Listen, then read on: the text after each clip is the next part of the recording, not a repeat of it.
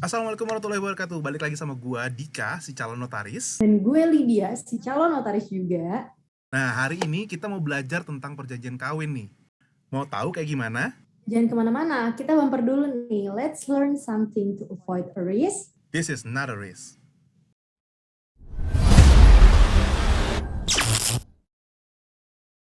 Nah, kita udah sama Mbak Rosita nih, sebagai praktisi. Nih, Nah, wajah baru ya di Notaris, cantik, muda ya. Ini kelihatan muda banget. Boleh perkenalin diri? Terima kasih. Halo Mas Dika, Mbak Lydia, apa kabar? baik, alhamdulillah. Mbak Rosita nih gimana nih? Kabar alhamdulillah sehat, masih survive selama Wah, pandemi. Rajin jemur ya, wah, ikut iya. kampanye. Yang penting jemuran juga ya Mbak ya? Iya, ya. Gimana Mbak, udah vaksin Mbak? Sudah, aku udah lengkap. Kemarin 17 Agustus dapat vaksin gotong royong dari pemerintah. Jadi ini ya, sekalian hari kemerdekaan, sekalian menggunakan vaksin. Aku juga udah kok Mbak, sama aku udah 2 kali vaksin juga. Udah 2 ya. Nah, ini kita beda banget nih. Kita ketemu wajah baru dan informasinya menarik banget. Gak sabar sih gue juga buat ngebahasnya karena Mbak Rosita ini cukup pernah memberikan suatu penjelasan mengenai hukum keluarga, terutama mengenai perjanjian kawin. Karena kebetulan kita notaris ini belum pernah belum pernah membahas soal orang dan keluarga, hukum orang dan keluarga. Yap. Jadi sekarang mungkin saatnya untuk ngebahas kali ya. Masih ya. Oke.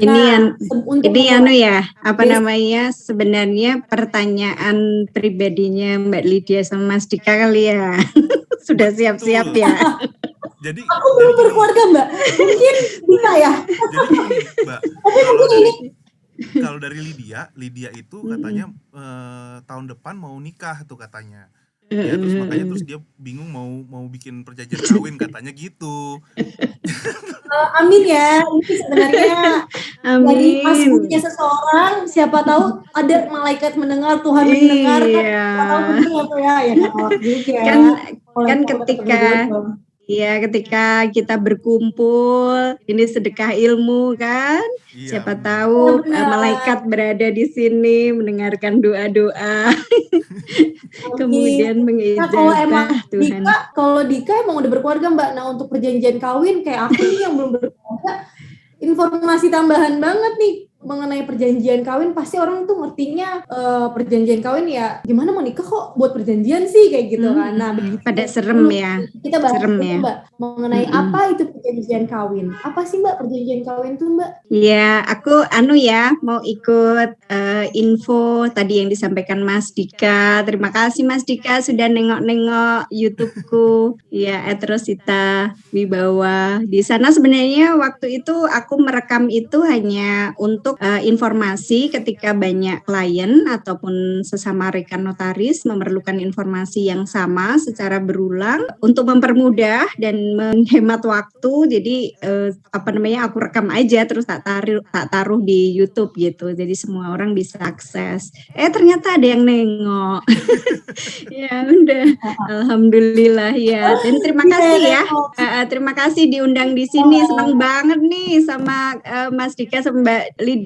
Keren banget channelnya. Kita terima kasih sama Mbak udah mau bergabung loh kasih informasi. Iya Mbak, jadi balik lagi ya ngomongin perjanjian kawin. Sebenarnya kan kita ini sudah akrab dengan perjanjian kawin ketika membicarakan mengenai perkawinan itu sendiri yang sudah diatur di Undang-Undang Perkawinan 1974 dengan Undang-Undang Nomor 1 ya mengenai Undang-Undang Perkawinan. Di sana dibahas mengenai harta bawaan, kemudian harta gonogini, harta bersama, dan juga di KUH Perdata itu kalau nggak salah di pasal 119 itu disebutkan juga mengenai perjanjian kawin. Tetapi pada saat waktu itu sebelum tahun 2015 itu kita semua warga Indonesia itu mengacu pada ketentuan perjanjian perkawinan yang dilakukan sebelum menikah yang disebutkan di KUH Perdata tadi. Tetapi sejak dikeluarkannya PMK putusan Mahkamah Konstitusi nomor 69 tahun 2015 itu perjanjian kawin itu bisa dilakukan dalam perkawinan saat kawin ataupun setelah menikah gitu. Jadi itu berita bagus karena itu banyak permasalahan pasangan suami istri atau keluarga itu hadirnya setelah pernikahan. Supaya mereka baru muncul ide-ide baru, oh ini harusnya diperjanjikan ya gitu, baru ingat. Tapi kalau mengacu pada perjanjian ketentuan sebelumnya, pada ketentuan sebelumnya kan wah udah terlanjur menikah mau bikin pernikahan masuk cerai dulu baru bikin pernikahan gitu. Perjanjian pernikahan jadinya iya, terus dengan adanya PMK tahun 2015 itu sangat membantu buat pasangan-pasangan untuk memperbarui komitmen gitu. Nah, jadi berarti kalau misalkan kayak aku nih udah menikah nih ya Mbak ya, berarti bisa nih ya sekarang untuk bikin perjanjian kawin selama perkawinan ini? Bisa dengan PMK 2015 itu dimungkinkan bahwa perjanjian kawin atau perjanjian nikah itu dilakukan setelah menikah. Itu bisa, Dek. Jadi nggak ngaruh ya udah berapa lama perkawinan itu berlangsung, bisa kita membuat perjanjian kawin. Oke. Bisa. Untuk syaratnya itu sendiri gimana sih Mbak untuk membuat perjanjian kawin? Apa aja yang kita harus penuhi dalam pembuatan perjanjian kawin itu sendiri? Biasa. Jadi kalau dalam perkawinan kan sebenarnya perkawinan itu sendiri adalah suatu komitmen kan, suatu perjanjian kesepakatan antara dua orang yang disebutkan dalam undang-undang perkawinan, bersatunya dan bersepakatnya dua orang dalam satu lembaga perkawinan. Nah, ketika mau mengadakan perjanjian perkawinan itu yang dibutuhkan ya identitas para pihak, KTP para pihak, terus kemudian poin-poin yang akan diperjanjikan gitu. Jadi untuk identitas dan pokoknya mereka tuh nggak boleh ada perjanjian selain yang akan dijanjikan di dalam perjanjian kawin itu sendiri ya Mbak ya? Iya, jadi kalau mengacu asas-asas sebelumnya kan antara suami istri tidak boleh ada perjanjian, Dek. Misalnya perjanjian jual beli gitu kan nggak boleh, ya kan? Nah, tetapi di dalam perjanjian perkawinan ini dimungkinkan suami istri melakukan perjanjian, membuat suatu pengikatan. Jadi objek-objek apa saja yang diperjanjikan itu biasanya sebenarnya pada hakikatnya juga tadinya itu perjanjian perkawinan ini dimohonkan ke Mahkamah Konstitusi itu dikarenakan teman-teman warga WNI yang menikah dengan warga WNA itu WNI-nya menjadi kehilangan kesempatan untuk memiliki hak milik kan di atas bumi Indonesia sehingga mereka merasa perlu untuk membuat suatu perjanjian pisah harta sehingga hak mereka bisa di cover oleh perjanjian tersebut gitu.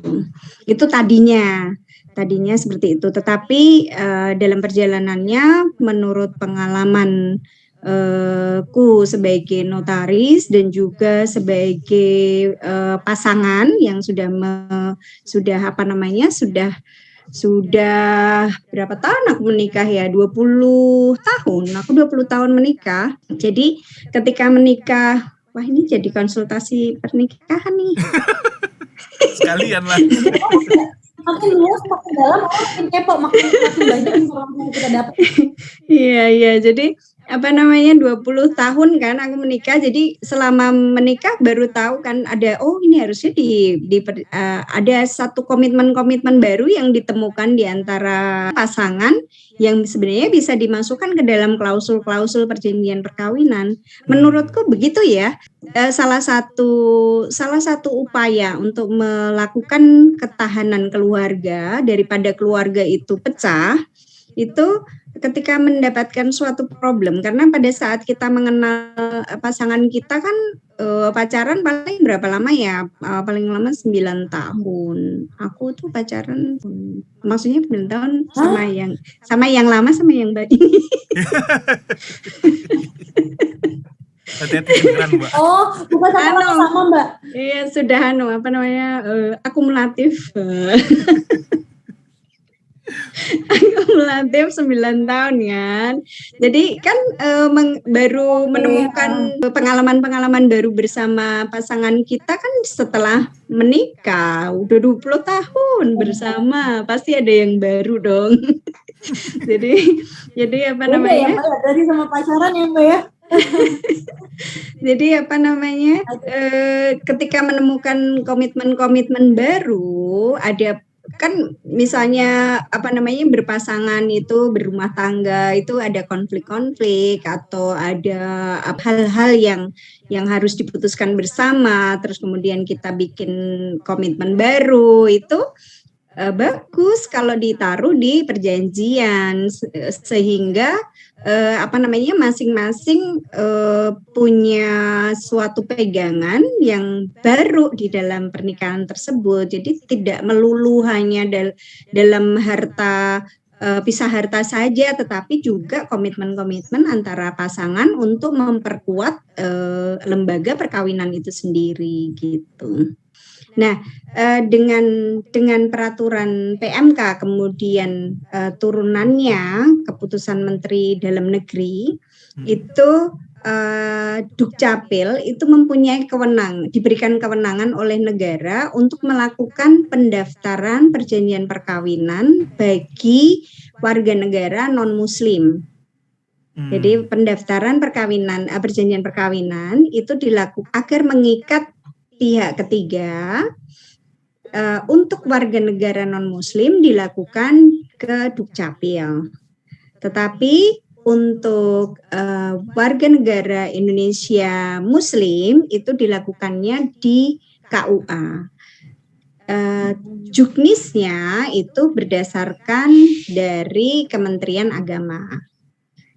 Kalau di KUA, kalau dari yang non Muslim tadi mengacu pada peraturan Menteri Dalam Negeri di kantor Dukcapil, seperti itu pendaftarannya. Oh gitu. Baru setelah dikeluarkan pengesahan dari dua instansi tersebut, baru mengikat pihak ketiga. Misalnya mau dipakai ke perbankan, itu yang dipakai adalah tanggal pada saat pengesahan oleh institusi. Tetapi kalau untuk yang berlaku oleh para pihak, kayak misalnya tadi yang mengenai komitmen-komitmen baru, yang istilahnya bukan, jadi teman-teman mungkin kan merasa serem ya untuk membuat perjanjian nikah ya. Wah ini kayak udah siap-siap cerai aja gitu loh, udah siap-siap pisah harta gitu kan. Jadi itu sering tuh. Rasanya kan kayak gitu. Stigma orang-orang kayak perjanjian kawin itu siap cerai banget sih gitu loh. Padahal gitu kan. Jadi apa namanya, makanya itu ditegaskan kembali bahwa apa namanya asas dari suatu perjanjian itu adalah kebebasan berkontrak, sehingga para pihak juga mempunyai kebebasan dalam membuat isi dari perjanjian tersebut. Jadi suka-suka mau bikin apa sepanjang tidak melanggar ketentuan umum dan susila gitu. Jadi bebas. Jadi intinya kita bisa memperjanjikan apa aja selain harta ya Mbak ya? Iya bisa. Jadi boleh nggak? Misalkan kalau aku mau perjanjiin di si perjanjian itu sendiri, misalkan kalau kamu suami saya selingkuh, harta semuanya ke anak dan istri, dia tidak mendapatkan apa namanya harta sama sekali. Sepeser gitu. Pun. Sepeser pun, pokoknya di luar dari enggak, kalau itu masih masuk harta kekayaan ya. Iya. Maksudnya apapun gitu luar dari pemisahan harta kekayaan. Karena yang aku bingungin tuh kadang-kadang terutama kayak kita ngebagi waris kan, kita lihat dulu ada perjanjian kawin atau tidak. Apa namanya? Kalau misalnya jadi gini, perjanjian perkawinan itu tidak harus melulu mengenai pemisahan harta itu. Tetapi memang pada dasarnya awalnya dulu itu dibentuknya karena hal tersebut untuk melindungi yang tadi warga negara Indonesia sama warga negara asing tadi. Nah, tetapi hal-hal lain selain harta itu boleh boleh diperjanjikan di dalam perjanjian tersebut. Misalnya nih ada yang memperjanjikan, ada klienku itu ketika nanti saya sudah meninggal, saya pengen itu mengenai harta juga sih ya, mengenai harta juga. Tetapi yang lebih advance lah. Jadi tidak hanya pemisahan harta gitu, tetapi juga bagaimana harta itu diatur. Jadi yang tadinya kan milikku nih, setelah pisah harta, nanti harta-harta yang atas nama suami, kalau suami meninggal, dia akan kasih ke istrinya, gitu. Misalnya gitu, dia itu lebih advance lagi tuh isi dari perjanjian perkawinannya. Nah, ada juga yang isinya adalah mengenai misalnya yaitu tadi kalau misalnya selama di dalam pernikahan suami istri bersepakat untuk tidak mengajak lawan jenis makan malam bersama gitu, tanpa diketahui pasangan lainnya. Itu boleh ya tuh? Boleh aja. Kan boleh aja, namanya. Namanya iya, asal disepakati para pihak kan enggak. Oke, aku udah tahu nih jadinya Mbak, list-listnya apa aja nih aku mau bikin perjanjian. Ya, artinya gini, itu perjanjian yang dipegang sebagai undang-undang bagi suami istri. Tetapi kan tidak harus diketahui oleh pihak ketiga, tidak berlaku. Kita tidak memerlukan untuk pengesahan ke Dukcapil gitu. Iya. Iya kan, jadi itu kita kan boleh gitu. Kalau misalkan dari perjanjian itu kan tadi Mbak Rosita bilang, kalau perjanjian itu kan sesuai dengan kehendaknya para pihak yang menghadap aja lah ya, tanya apa, bebas lah ya. Nah, kalau dilanggar itu seperti apa? Misalkan ternyata dilanggar, terus dia dari pihak yang bersangkutan gak mau memenuhi juga dari pelanggarannya tersebut, itu kita bertindaknya harus seperti apa, Mbak?